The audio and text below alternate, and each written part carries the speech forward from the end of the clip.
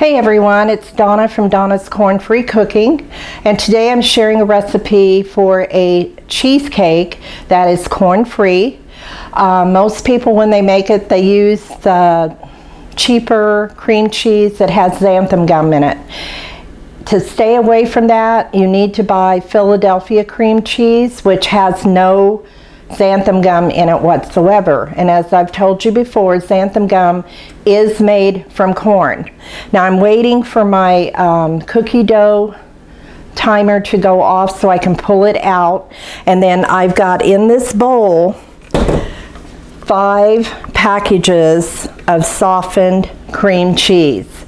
I started whipping that, and to that I added 1 3/4 cup of pure cane sugar with 3 tablespoons of flour mixed into that.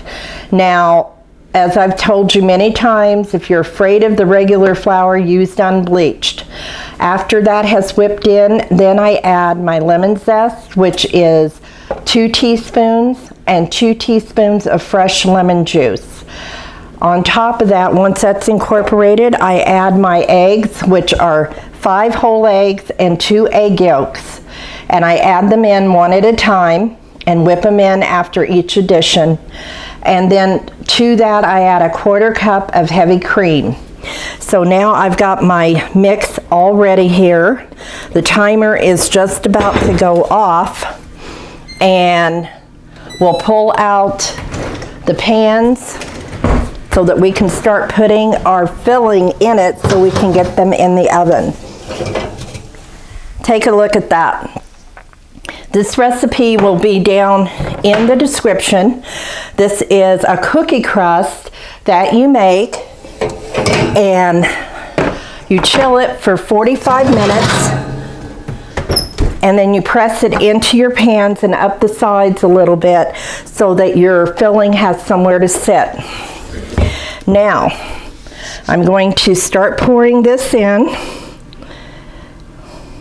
This is going to be for a special dinner that is happening at the end of the month. So I will be able to freeze these, and it will just be phenomenal. They freeze well. Take them out, thaw them. You can decorate them up with either whipped cream or buttercream, whichever is your preference. I prefer them just the plain cheesecake, but you could also do fruit on top. I have done strawberries, or my favorite is cherries. I love cherry cheesecake, and I think that you would too. So we're going to put these in the oven for 1 hour and 25 minutes, and then when they are done, 20 minutes. Then when they are done, I will bring them out and I will come back and show you these beautiful cheesecakes. Okay.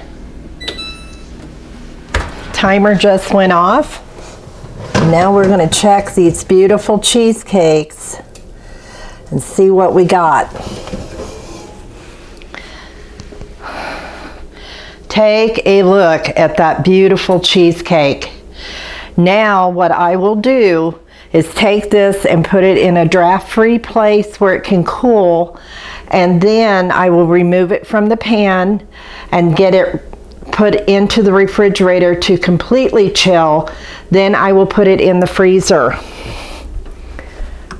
That came out gorgeous.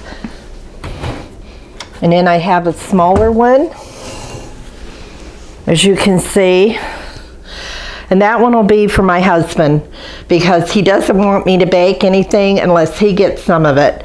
So I will let these chill, and then I will share a picture of what they look like when they're cut and ready to eat. So guys, I hope you'll try this recipe. As I said before, it'll be down in the description, and I will share another recipe with you soon.